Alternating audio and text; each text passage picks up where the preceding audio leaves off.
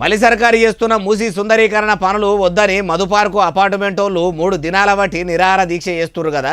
మూసీ అందాల పేరుతోని మా బతుకులు అంధకారంలోకి తీసుకుపోవుడు ఎంతవరకు కరెక్ట్ అని పాటలు పాడుకుంటా డప్పులు కొట్టుకుంటా వాళ్ళ బాధలు వాళ్ళు చెప్పుకుంటున్నారట. ఇనుర్రి మీరు కూడా.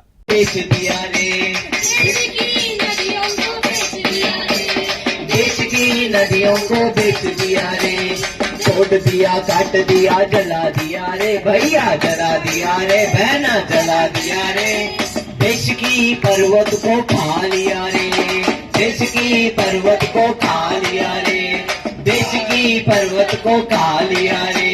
మూసీ నది సుందరీకరణ పేరు చెప్పి సర్కారు కామన్ పబ్లిక్తోనే అడుకుంటుంది. నిలవడేడ చేసుకున్న పేదల పొట్ట మీద కొట్టే పని పెట్టుకున్నదని 3 రోజుల బట్టి మధుపార్కు అపార్ట్మెంటోళ్ళు రిలే నిరాహార దీక్ష చేస్తుర్రట. అయ్యా సీఎం రేవంత్ సారు మార్పు మార్పు మార్పు అంటే ఏం మార్పు వస్తుందో అని ఆశపడి మీ షెయి సర్కారుకు ఓట్లేసిన పబ్లిక్ నోట్లే తలా పిడికడు మన్ను కొడుతుర్రట. కాంగ్రెస్ ప్రభుత్వం అధికారంలోకి వస్తే పబ్లిక్ బాధలు పోతాయని అనుకుంటే మీ షెయి సర్కారు ఏలుబడిలకు వచ్చినాకనే కామన్ పబ్లిక్కు ఇంకా కష్టాలు ఎక్కువ మోపవుతున్నాయట. మీరు తీసుకునే పనికిరాని నిర్ణయాలతోనే పబ్లిక్కు పరిశాను ఉన్నదట. అయిపోయి ఇండ్లు గులగొట్టినోళ్ళు ఇల్లుకు ఇల్లు జాగకు జాగా అక్కడి మార్కెట్ రేటుకు తగ్గట్టు పైకమాన కట్టిస్తున్నారా అంటే అట్లా కూడా చేసింది లేదు. కానీ వాళ్ళను మాత్రం రోడ్డు మీద వేసుడు మీకన్నా మంచిగా అనిపిస్తున్నదా? ఇండ్లు లేకుంటే ఎంత నరకం ఉంటుందో. ఊక్యూకెనే రలే బిడ్డ కూసున్న సీటు కష్టపడుతూ ఎక్కినరా ఒక్కొక్క మెట్టు అని మీకు మీరు డబ్బా కొట్టుకునే మీకు ఈ ముచ్చట తెలియంది కాదు.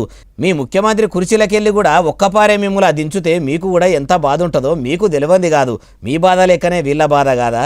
మీదేమో పదవి బాధ, వీళ్ళదేమో ఇండ్ల బాధ. బాధ మాత్రం అందరిది ఒకటే కదా అంటారు ఈ ముచ్చటిన్నోళ్ళు.